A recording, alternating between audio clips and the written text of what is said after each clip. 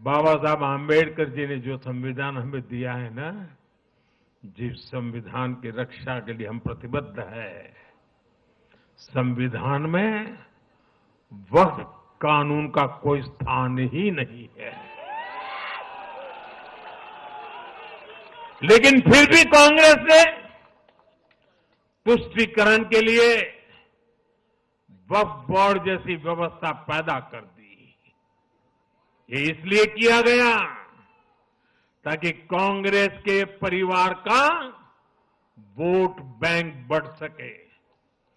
सच्ची पंथ निरपेक्षता को कांग्रेस ने एक तरह से मृत्यु दंड देने की कोशिश की है।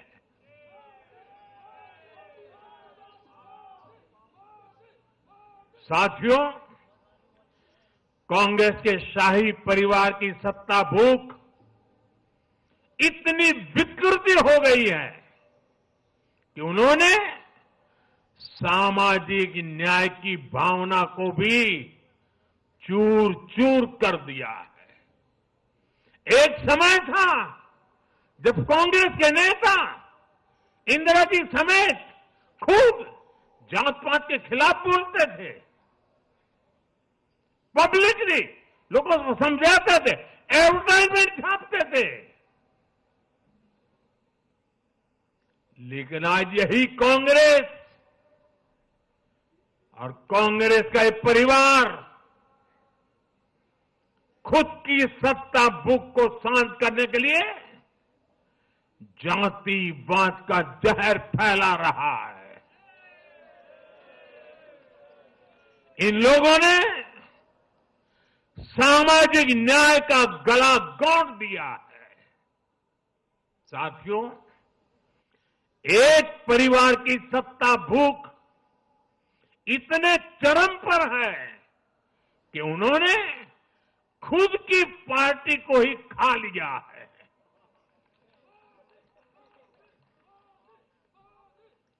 देश के अलग अलग भागों में कई पुराने जमाने के कांग्रेस कार्यकर्ता है, पुरानी पीढ़ी के लोग हैं जो अपने जमाने की कांग्रेस को ढूंढ रहे हैं। लेकिन आज की कांग्रेस के विचार से, व्यवहार से, आदत से उनको ये साफ पता चल रहा है कि ये वो कांग्रेस नहीं है। इसलिए कांग्रेस में आंतरिक रूप से असंतोष बहुत ज्यादा बढ़ रहा है। उनकी आरती उतारने वाले भले आज इन खबरों को दबा के रखे, लेकिन भीतर आग बहुत बड़ी है। असंतोष की ज्वाला भड़क चुकी है। सिर्फ एक परिवार के ही लोगों को कांग्रेस चलाने का हक है। सिर्फ वही परिवार काबिल है, दूसरे नाकाबिल है। परिवार की सोच ने, इस जीत ने कांग्रेस में एक ऐसा माहौल भी बना दिया कि किसी भी समर्पित कांग्रेस कार्यकर्ता के लिए वहां काम करना मुश्किल हो गया है। आप सोचिए, कांग्रेस पार्टी की प्राथमिकता आज सिर्फ और सिर्फ परिवार है। देश की जनता उनकी प्राथमिकता नहीं है। और जिस पार्टी की प्राथमिकता जनता न हो, वो लोकतंत्र के लिए बहुत ही नुकसानदायी होती है। साथियों, कांग्रेस का परिवार सत्ता के बिना जी नहीं सकता। चुनाव जीतने के लिए लोग कुछ भी कर सकते हैं। दक्षिण में जाकर उत्तर को गाली देना, उत्तर में जाकर के दक्षिण को गाली देना, और विदेश में जाकर देश को गाली देना।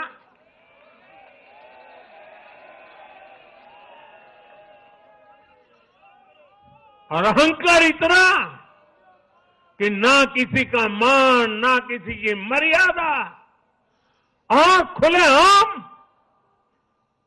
झूठ बोलते रहना, हर दिन एक नया झूठ बोलते रहना। यही कांग्रेस और उसके परिवार की सच्चाई बन गई है। आज कांग्रेस का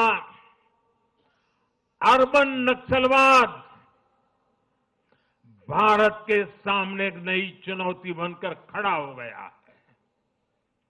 इन अर्बन नक्सलियों का रिमोट कंट्रोल देश के बाहर है और इसलिए सभी को इस अर्बन नक्सलवाद से बहुत सावधान रहना है। आज देश के युवाओं को, हर प्रोफेशनल को कांग्रेस की हकीकत को समझना बहुत जरूरी है। साथियों, जब मैं पिछली बार भाजपा मुख्यालय आया था तो मैंने हरियाणा से मिले आशीर्वाद पर आपसे बात की थी। तब हमें गुरुग्राम जैसे शहरी क्षेत्र के लोगों ने भी अपना आशीर्वाद दिया था। अब आज मुंबई ने, पुणे ने, नागपुर ने, महाराष्ट्र के ऐसे सभी बड़े शहरों ने अपनी स्पष्ट राय रखी है।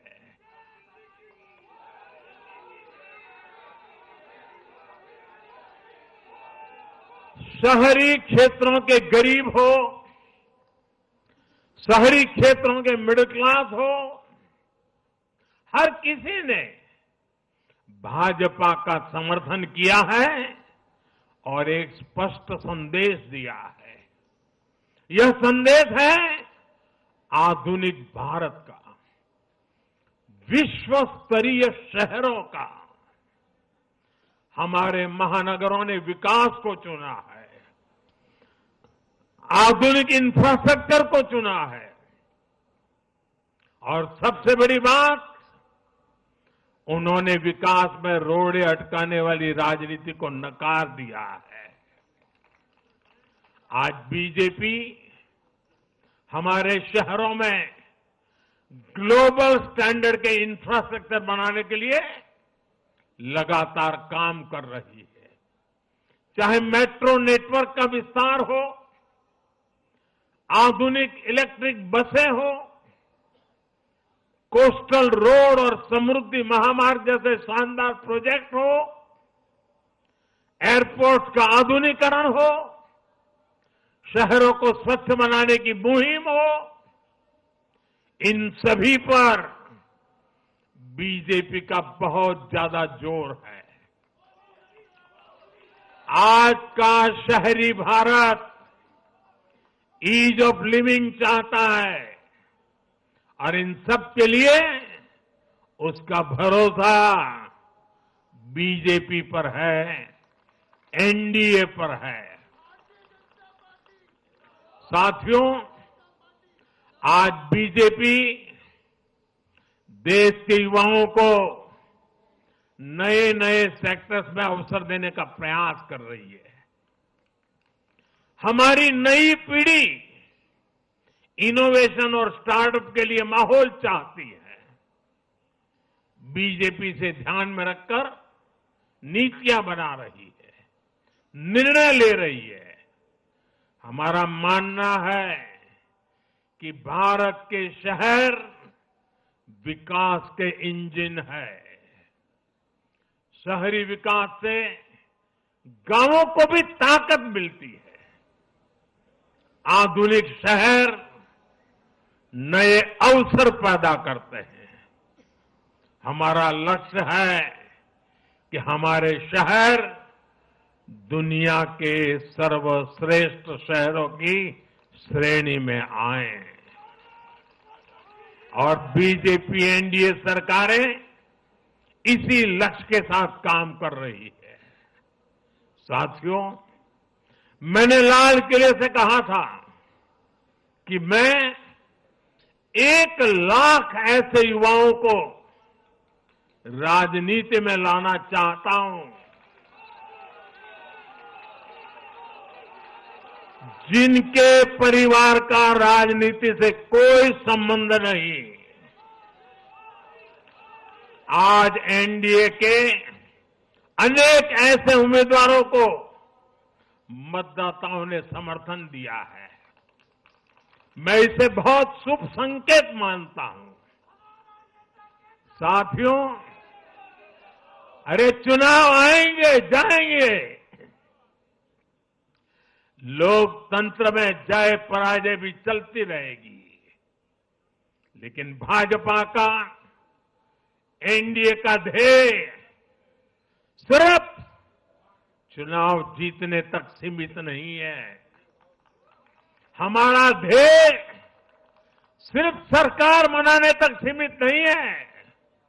हम देश बनाने के लिए निकले हैं।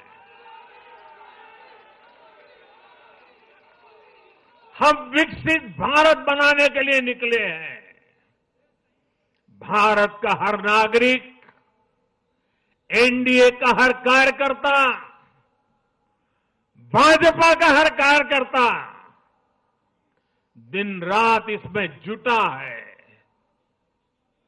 हमारी जीत का उत्साह हमारे इस संकल्प को और मजबूत करता है। हमारे जो प्रतिनिधि चुनकर आए हैं वो इसी संकल्प के लिए प्रतिबद्ध है। हमें देश के हर परिवार का जीवन आसान बनाना है। हमें सेवक बनकर, और ये मेरे जीवन का मंत्र है, हमें सेवक बनकर देश के हर नागरिक की सेवा करनी है। हमें उन सपनों को पूरा करना है जो देश की आजादी के मत वालों ने भारत के लिए देखे थे। हमें मिलकर विकसित भारत का सपना साकार करना है। सिर्फ 10 साल में हमने भारत को दुनिया की 10वीं सबसे बड़ी इकोनॉमी से दुनिया की 5वीं सबसे बड़ी इकोनॉमी बना दिया।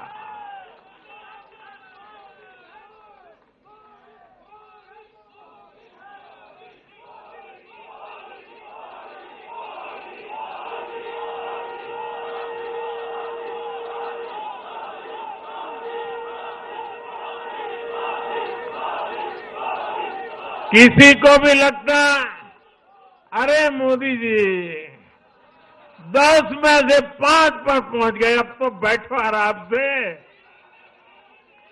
आराम से बैठने के लिए मैं पैदा नहीं हुआ।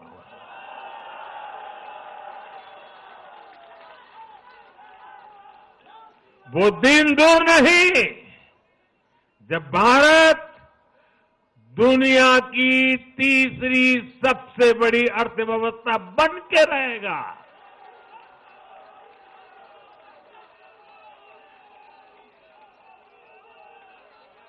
हम मिलकर आगे बढ़ेंगे, एकजुट होकर आगे बढ़ेंगे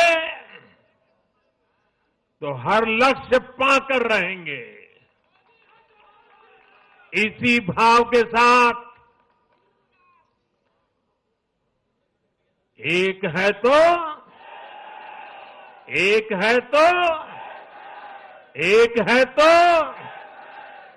मैं एक बार फिर आप सभी को बहुत बहुत बधाई देता हूं, देशवासियों को बधाई देता हूं, महाराष्ट्र के लोगों को विशेष बधाई देता हूं। मेरे साथ बोलिए, भारत माता की, भारत माता की, भारत माता की, भारत माता की, भारत माता की। वंदे वंदे वंदे वंदे वंदे वंदे वंदे वंदे। बहुत बहुत धन्यवाद।